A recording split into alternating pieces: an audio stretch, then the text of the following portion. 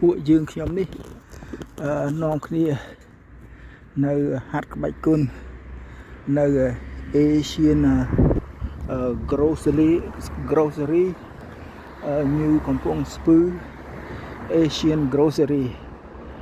អ្នកណាគេថាខ្មែរយើងក្រដល់កអ្នកណាគេថាខ្មែរយើងក្រម្លឹងអ្នកថាគេថាខ្មែរយើងក្រមិនក្រធម្មតាក្រឡើងហៅលេងលឺអ្នកណាគេថាខ្មែរយើងក្រដល់កក្រម្លឹងមិនក្រធម្មតាខ្មែរយើងក្រឡើងហៅលេងលឺ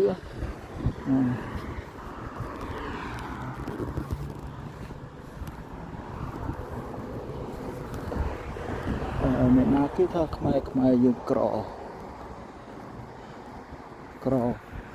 មិនក្រធម្មតាទេក្រឡើងហៅលេងលឺក្រម្លឹងក្រដល់ក